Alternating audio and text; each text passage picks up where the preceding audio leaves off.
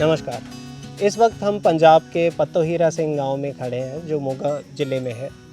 यहाँ पर हमारी साइट है और हमारे पास साइट रेडीनेस चेकशीट नाम की एक सूची है जिसमें उन सारी चीज़ों का नाम लिखा है, उन सारी चीज़ों के बारे में लिखा है जो ना होने से हमें जंगल लगाने में कठिनाई आएगी और जंगल लगने के बाद उसके रखरखाव में कठिनाई आ सकती है।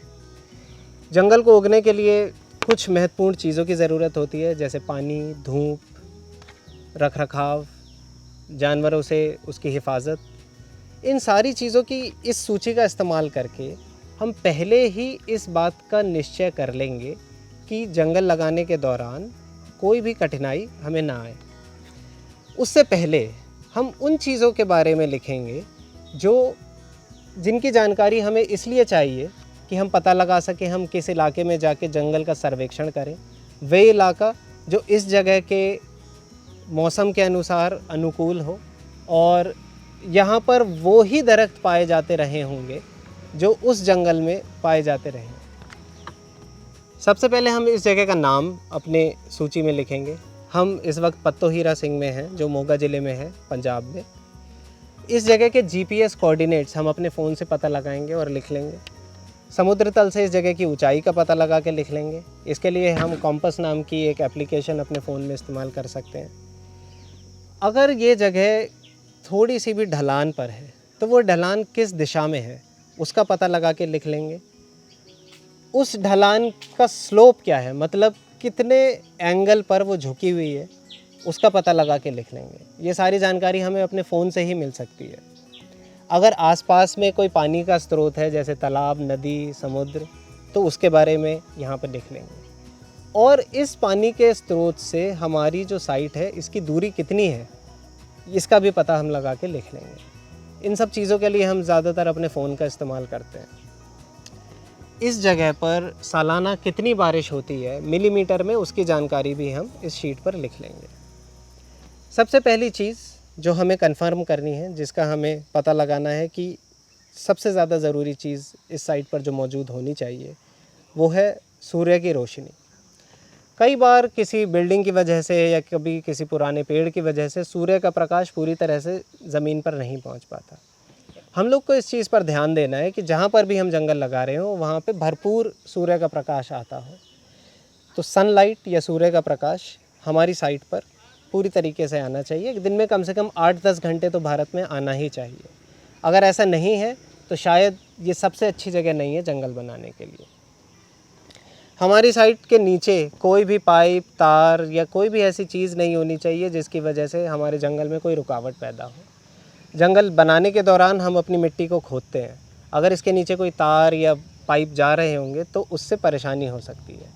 तो हम लोग को पहले ही इस बात का पता लगा लेना है कि साइट के नीचे से कोई ऐसी चीज़ तो नहीं जा रही जिसकी वजह से हमें परेशानी उठानी पड़े। हमारी साइट साफ़ सुथरी होनी चाहिए। कई बार साइट पर मलबा पड़ा होता है, कूड़ा लोगों ने फेंक रखा होता है। सबसे पहले हमें अपनी साइट को साफ़ करना है। अगर झाड़ झंकार उग रहे हैं, नॉन नेटिव ऐसी प्रजातियां जो हमारे यहाँ की नहीं हैं, देसी नहीं हैं, अगर वह साइट पर उग रही हैं, उन सब को हटा के अपनी साइट को साफ़ सुथरा बना के फिर हमें जंगल बनाने का काम शुरू करना चाहिए। हम लोग को ये ध्यान देना चाहिए कि हमारी साइट को खोदने के बाद उसके नीचे सिर्फ मिट्टी ही हो। कहीं ऐसा ना हो कि हमारी साइट के नीचे मलबा दबा हुआ है या किसी पुराने घर की नींव है, कोई भी ऐसी चीज़ है जो जड़ों के उगने में रुकावट पैदा कर सकती है। हम लोग को पता लगाना है कि हमारी साइट पर पानी भरपूर मात्रा में उपलब्ध हो। अगर पानी है तो टंकी है या नहीं, उसमें कोई टोटी है या नहीं, मोटर है या नहीं, क्योंकि हम लोग को लगातार पहले 1-1.5 साल तक अपने जंगल को पानी पिलाते रहना होगा। हमें अपने जंगल की मिट्टी में नमी बरकरार रखनी होती है और उसके लिए हमें पानी की ज़रूरत होती है। तो जंगल लगाने से पहले ही हमें यह निश्चय कर लेना चाहिए कि हमारी साइट पर हमेशा पानी उपलब्ध रहे। जब हम जंगल लगा रहे होते हैं तो हमारी साइट पर बहुत सारा सामान आता है, बहुत सारे पौधे आते हैं। अपने जंगल लगाने की ज़मीन के अलावा भी हमारे पास कुछ ज़मीन ऐसी होनी चाहिए जहाँ पर हम इन सारी चीज़ों को रख सकें, अपने पौधों को रख सकें। पौधे रखने के लिए एक ऐसी जगह होनी चाहिए जिस पर हरे रंग की एक जाली लगी हो जो सूर्य के प्रकाश को थोड़ी कम करे। पानी देने का इंतज़ाम होना चाहिए जिससे कि 8-10 दिन तक हमारे पौधे बिना किसी परेशानी के, बिना सूखे साइट पर रह सकें। हमारी साइट के चारों तरफ एक बाड़ लगी होनी चाहिए, एक दीवार हो या कुछ ऐसा हो जिसकी वजह से जंगली जानवर या मवेशी या लोग हमारी साइट तक खुलेआम ना आ सकें। शुरुआत में हमारे पौधों को बहुत ज़्यादा हिफाजत की, प्रोटेक्शन की ज़रूरत होती है। जब ये पौधे छोटे होते हैं तो जंगली जानवर या कोई भी मवेशी इन्हें खाना पसंद करते हैं। इस वजह से एक बाढ़ से हमें अपने पौधों को बचा के रखना है। 2-3 साल बाद जब ये जंगल बड़ा हो जाता है तब भले ही हम बाढ़ हटा लें, तब इस जंगल को ये जानवर नुकसान नहीं पहुंचा सकते। जब हम साइट पर काम कर रहे होते हैं तो जितने भी लोग साइट पर काम कर रहे हैं उनके बैठने के लिए, उनके आराम करने के लिए, उनके पानी पीने के लिए, खाने के लिए, बाथरूम जाने के लिए हमारे पास एक जगह होनी चाहिए। इसको हम लेबर रेस्टिंग एरिया भी बोलते हैं। इस जगह पर हम ठंडे पानी की व्यवस्था रखते हैं, टॉयलेट्स बना के रखते हैं, खाने पीने का इंतज़ाम रखते हैं, उनका सामान रखने की जगह बना के रखते हैं जहाँ पर वो कपड़े बदल सकें, ऐसी एक जगह बना के रखते हैं।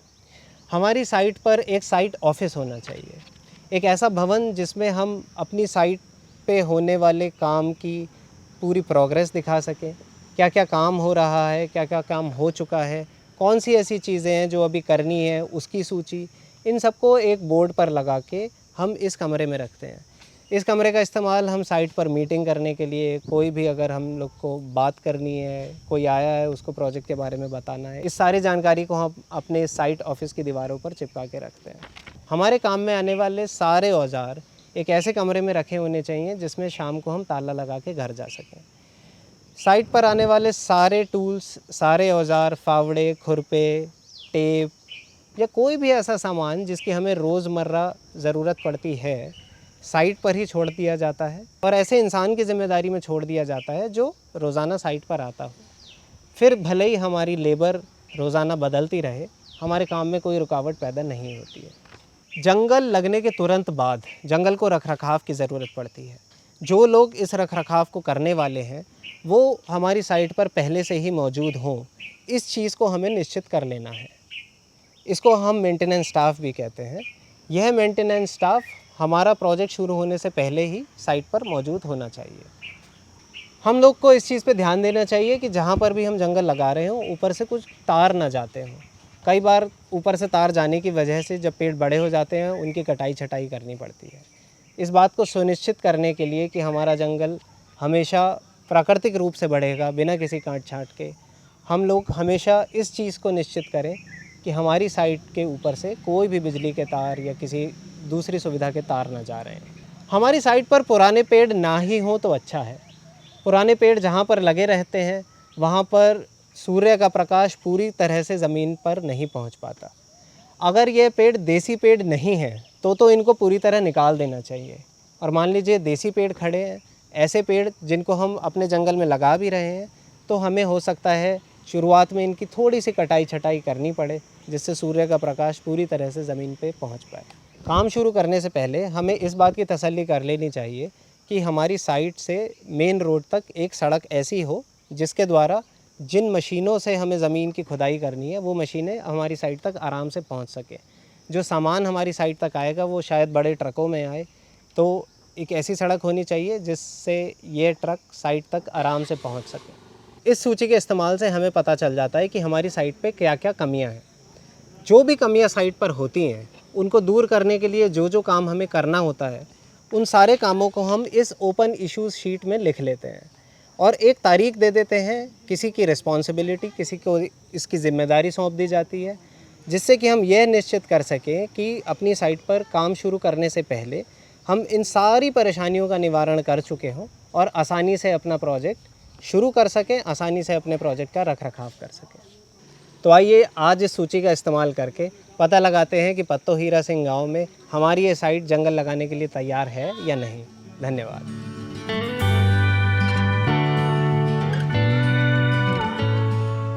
नमस्कार। हम लोग साइट रेडीनेस, हमारी साइट की तैयारी चेक करने के लिए साइट पर आए हैं। सबसे पहली और सबसे महत्वपूर्ण चीज़ जो है वो ये है कि जब हमारी साइट पर काम चल रहा हो तो जितनी भी मशीनें हैं, जो ट्रैक्टर हैं, जो ट्रैक्टर ट्रॉलीज़ हैं, जो ज़मीन खोदने के लिए हम जेसीबी, अर्थ मूवर्स का इस्तेमाल करते हैं, वो हमारी साइट तक आराम से पहुंच सकें। इसके लिए बहुत ज़रूरी है कि हमारी साइट तक पहुंचने के लिए एक ऐसा रास्ता हो जो पक्का हो, अगर कच्चा भी हो तो कम से कम इतना मजबूत हो कि उस पर मशीनें आराम से आ सकें। हमारे भी आने जाने के लिए एक ऐसे रास्ते की ज़रूरत होती है। जितना भी सामान साइट पर आने वाला है वो किसी ट्रक में या किसी बड़ी गाड़ी में ही आएगा। तो जब भी आप प्रोजेक्ट शुरू करें, यह सुनिश्चित कर लें कि हमारी साइट पे आने जाने के लिए एक अच्छा सा रास्ता मौजूद हो। Thank you. हम अपनी साइट पर आ चुके हैं और अभी सारी तैयारियां चल रही हैं। थोड़े ही दिन में हम जंगल लगाना शुरू करेंगे। जो सबसे महत्वपूर्ण सामान है वो साइट पर आ चुका है। हम हमारे बायोमास अनलोडिंग एरिया या फिर बायोमास उतारने की जगह पर हैं। बायोमास कोई भी ऐसी चीज़ है जो मिट्टी में मिला के गल जाए, जैसे कि गोबर की खाद या तूड़ी, जिसको पंजाबी में तूड़ी बोलते हैं, हिंदी में भूसा बोलते हैं। ये सारा सामान आ चुका है। पराली आ चुकी है जो मैं थोड़ी देर में आपको दिखाऊंगा, और भी कुछ सामान आया है वो भी आपको दिखाऊंगा। बायोमास एक बार जब साइट पर आ जाता है तो उसके रखने की जगह कुछ ऐसी होनी चाहिए कि पहले से ही बोर्ड लगा हो, हमें पता हो कौन सी बायोमास कहाँ उतारनी है। और चूने की इस पट्टी से हम लोग ये निर्धारित करते हैं कि कौन सा बायोमास कितने इलाके में आएगा। इसका अंदाज़ा हमें काफ़ी सारे प्रोजेक्ट लगाने के बाद खुद ब खुद हो गया है, या कई बार बायोमास के उतारने के बाद उसके चारों ओर चूने की एक पट्टी बना देते हैं। इससे फ़ायदा ये होता है कि बायोमास आपस में मिलती नहीं है, और जब हम मिलाते हैं तो उतनी ही मात्रा में मिलाते हैं जितनी हमें चाहिए। बायोमास को मिलाने के लिए एक अलग से हम लोगों ने जगह बना के रखी है। अगर आप देखें तो चूने की एक पट्टी से हम लोग ने इस एरिया को निर्धारित कर रखा है कि यहाँ पर बायोमास मिश्रण के अलावा और कोई काम नहीं होगा। ऐसा करने से साइट पर काम करने में आसानी रहती है। बायोमास मिलाने की जगह जहाँ पर बायोमास रखी हुई है बिल्कुल उसके पास है। आइए मैं आपको पराली दिखाता हूँ। अपनी साइट पर जंगल लगाने के बाद हम ज़मीन को एक पराल की मोटी सी चादर से ढक देते हैं। कई बार पराली ना मिलने पर हम घास का भी इस्तेमाल करते हैं, या फिर कुछ जगहों पर हमने सिर्फ पत्तियों का भी इस्तेमाल किया है। हालांकि हम लोग ये चाहते हैं कि आप हमेशा किसी ऐसी घास का या पराली का इस्तेमाल करें जो लंबी हो और उसकी एक मोटी सी चादर बिछा सकें। चादर बिछाने के बाद रस्सी की मदद से ये पराली ज़मीन पर चिपका के रखी भी जा सकती है और हवा में ये फिर उड़ती भी नहीं है। इस तरीके की पराली ज़्यादा अच्छी है। कई बार ये पराली गल जाती है और काली पड़ जाती है। ऐसी पराली का इस्तेमाल ना ही करें तो ज़्यादा अच्छा है। ध्यान रहे कि इस पराली में चावल के बीज ना हो। कई बार चावल के बीजों के होने से या नई पराली होने से यह चावल साइड पर उगना शुरू हो जाते हैं और घास की तरह फिर हमें इन्हें भी निकालना पड़ता है। ये चावल का छिलका है। चावल का ये छिलका, जिसे चावल की भुस्सी भी कह सकते हैं, किसी भी राइस मिल से आपको मिल जाएगा। चावल का दाना निकालने के बाद उसके बाहर जो छिलका बचता है उसको राइस मिल बेचती हैं। कुछ जगहों पर जलाने के मकसद से बेचती हैं, पर हम इसका इस्तेमाल करते हैं अपनी मिट्टी को मुलायम करने के लिए। चावल का यह छिलका या धान का छिलका जब आप इसको दबाने की कोशिश करें तो आपको एक बहुत ज़्यादा क्रंच जैसी आवाज़ आएगी। इसमें एक स्प्रिंग एक्शन होता है। स्प्रिंग एक्शन की वजह से जब भी हम इस पर ज़ोर लगाते हैं और छोड़ते हैं, ये वापस अपने शुरुआत वाले आकार में ही आ जाता है। इसका फ़ायदा ये है कि मिट्टी में मिलाने के बाद चाहे मिट्टी दबी क्यों ना जाए, उसके बाद फिर से ये मिट्टी को वापस मुलायम कर देता है। तो मिट्टी पर प्रेशर पड़ने के बावजूद ये मिट्टी में थोड़ी सी जगह बना के रखता है, जिसमें जड़ें बड़ी तेज़ी से बढ़ती चली जाती हैं। ध्यान रहे कि जब भी आप कोई भी बायोमास खरीदें, चाहे वो किसी राइस मिल से आ रहा हो या किसी खेत खलिहान से आ रहा हो, उसमें इस तरह की कोई गंदगी ना मिली हुई हो। प्लास्टिक हमारे जंगल का दुश्मन है। अगर मिट्टी में प्लास्टिक मिल जाए तो जहर का काम करती है। पौधों के लिए तो बिल्कुल भी अच्छी चीज़ नहीं है। इसीलिए हम साइड पर जगह जगह कूड़ेदान रखते हैं और उसी में इस प्लास्टिक को डालते रहते हैं। ये 4 अलग अलग बायोमास हैं जिनका इस्तेमाल हम अपनी मिट्टी को तैयार करने में करेंगे। जो अभी मैंने आपको बायोमास दिखाए ये चारों वही हैं। यहाँ पर उनके सैंपल रखे हुए हैं। इसमें से जो पराल है, जिसे पराली भी कहते हैं, ये मिट्टी के ऊपर जाती है और तूड़ी या भूसा मिट्टी में मिलेगी, खाद मिट्टी में मिलेगी, और जो चावल का छिलका, जो हमारी चावल की भुस्सी है, वो भी मिट्टी के अंदर मिला दी जाएगी। तो इस तरह से ये चारों बायोमास इस्तेमाल करेंगे।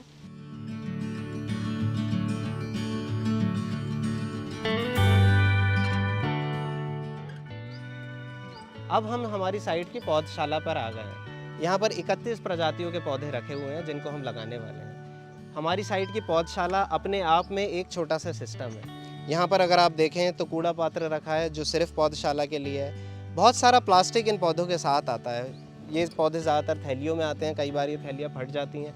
हमें ध्यान रखना है कि हमारी साइट साफ़ सुथरी रहे, कोई भी प्लास्टिक जैसा पदार्थ सीधे कूड़ेदान में जाए, हमारी साइट की मिट्टी में ना मिल जाए।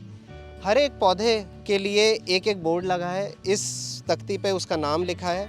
ये तख्ती हम पहले ही तैयार करके रखते हैं। जब ट्रक में पौधे आते हैं तो हर पौधा उतारने के बाद उसी जगह पे रखा जाता है जहाँ पर उसकी जगह निर्धारित करी गई है। आइए मैं आपको इसका एक छोटा सा टूर देता हूँ। पौधशाला में पीने का पानी, पौधों को पिलाने के लिए पानी, इस तरह के सारे प्रबंध करके रखे जाते हैं। आप अगर देखें यहाँ पे हमने एक ड्रम में भी पानी रख रखा है। कुछ पौधे जो बहुत छोटे होते हैं उनको पानी देने के लिए पौधे को कई बार हमें पानी में डुबाना पड़ता है। इस तरीके से पौधों की मिट्टी हमेशा गीली रहती है। तो इस तरह के छोटे पानी के ड्रम अपनी पौधशाला में हमेशा रखें, कभी भी पानी की कमी किसी भी पौधे को ना हो पाए। ये पौधे काफ़ी दूर से चल कर आए हैं तो ज़रूरी है कि हम इनका बहुत ज़्यादा ख्याल रखें। हमारी पौधशाला में पौधों के साथ लगने वाली डंडियाँ भी रखी हैं। पौधे लगाने के बाद ये डंडियाँ पौधों के साथ साथ ज़मीन में गाड़ दी जाएंगी और पौधे इनके सहारे से तेज़ी से बढ़ते चले जाएंगे। ध्यान रहे कि आपकी पौधशाला के ऊपर एक इस तरह का पंडाल या इस तरह की एक जाली ज़रूर लगी हो जो सूर्य के प्रकाश को सीधे रूप से इन पौधों पर नहीं पड़ने देती। जंगल में भी कुछ ऐसा ही होता है। जंगल में उगने वाले छोटे पौधे जो बीज से पनपते हैं दूसरे पेड़ों की छांव में ही उगते हैं। आइए मैं आपको साइट पर लेके चलता हूँ। हमारी साइट पर जंगल लगाने से पहले हम इस चीज़ की परख करेंगे कि हमारी साइट पर जंगल के बचाव के लिए सारी चीज़ें मौजूद हैं या नहीं। जंगल को मवेशियों से, जंगली जानवरों से और इंसानों से भी बचाना बहुत ज़रूरी होता है।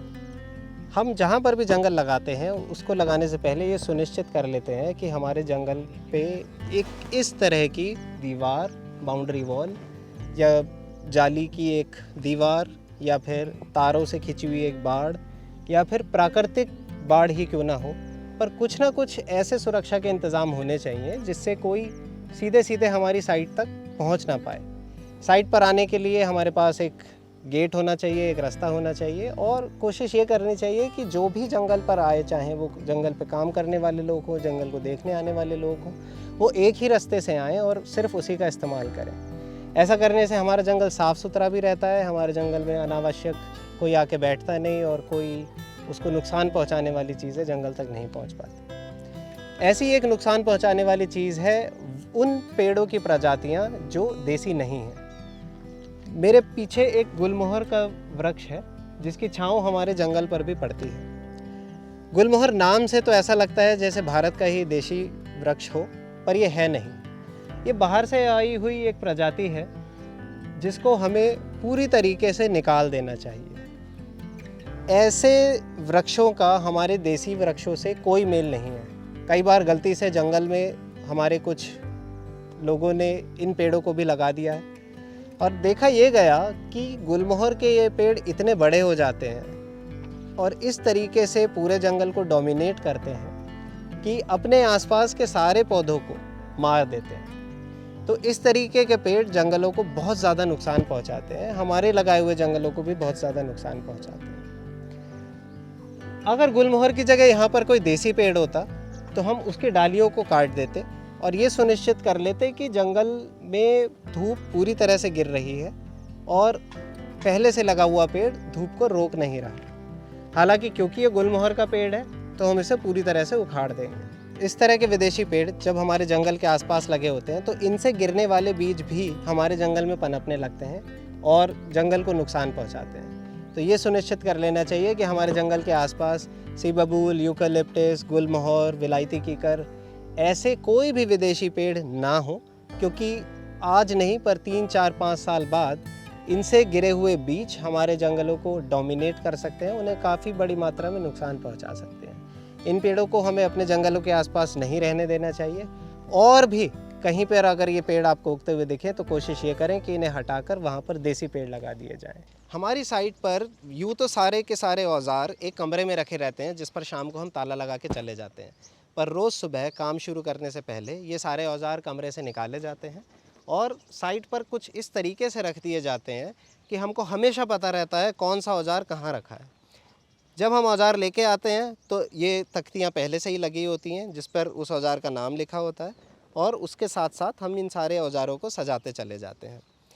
इसका सबसे बड़ा फ़ायदा ये है कि जब औजार साइट पर काम के लिए गया होता है तो वापस आने के बाद, काम ख़त्म करने के बाद, वह उसी निर्धारित जगह पर रखा जाता है जहाँ पर उसे रखना चाहिए। ऐसा करने से हमारे औजारों की गिनती भी हमेशा पूरी रहती है और हमारे औजार खोते भी नहीं हैं।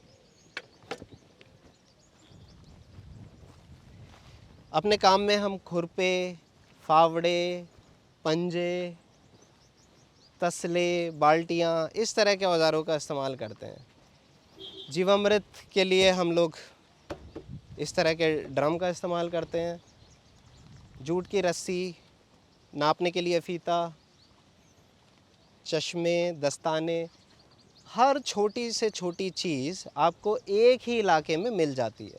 इसका फ़ायदा ये है कि हमें कभी किसी और पर निर्भर नहीं होना पड़ता, हमें कभी औजारों को ढूंढने में समय बर्बाद नहीं करना होता। आप देख सकते हैं यहाँ बड़े छोटे सारे औजार एक छोटे से इलाके में आ गए हैं।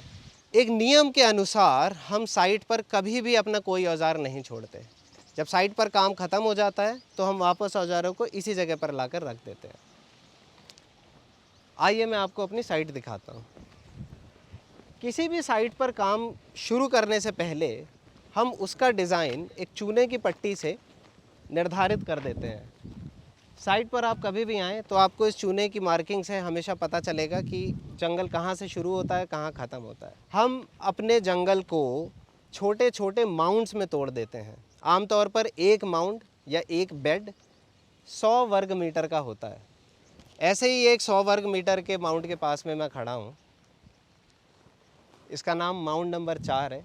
तो इस जंगल में ऐसे 4 माउंट पर हम लोग काम कर रहे हैं।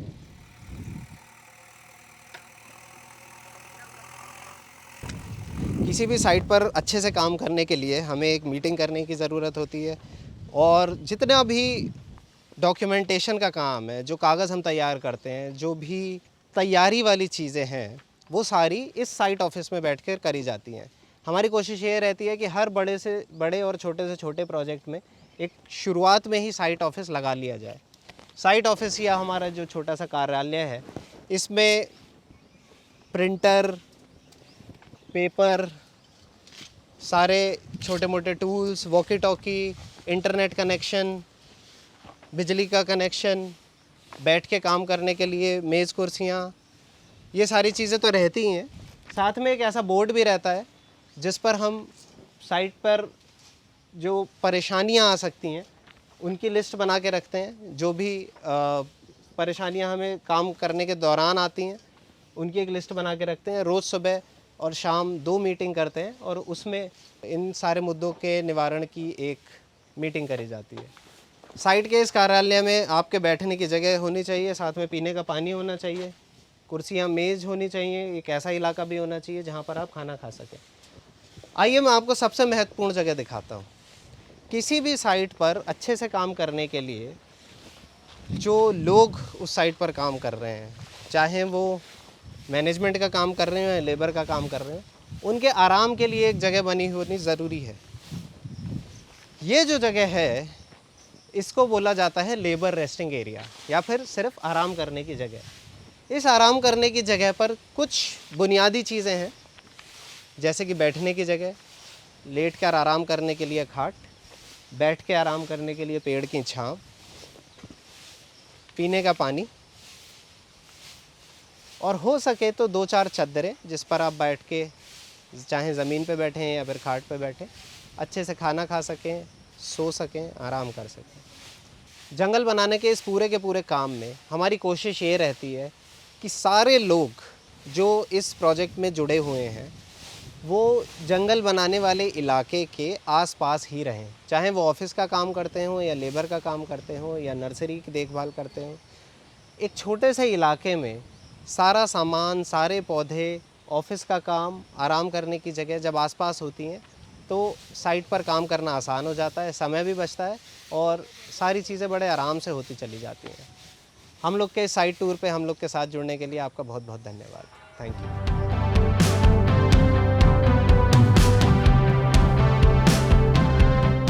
नमस्कार। अब जब हमारी साइट जंगल लगाने के लिए तैयार है, अगले वीडियो में हम सीखेंगे किस तरह से इस जंगल को डिज़ाइन करना है, साइट का नक्शा कैसे बनाना है। मिलते हैं आपसे अगले वीडियो में।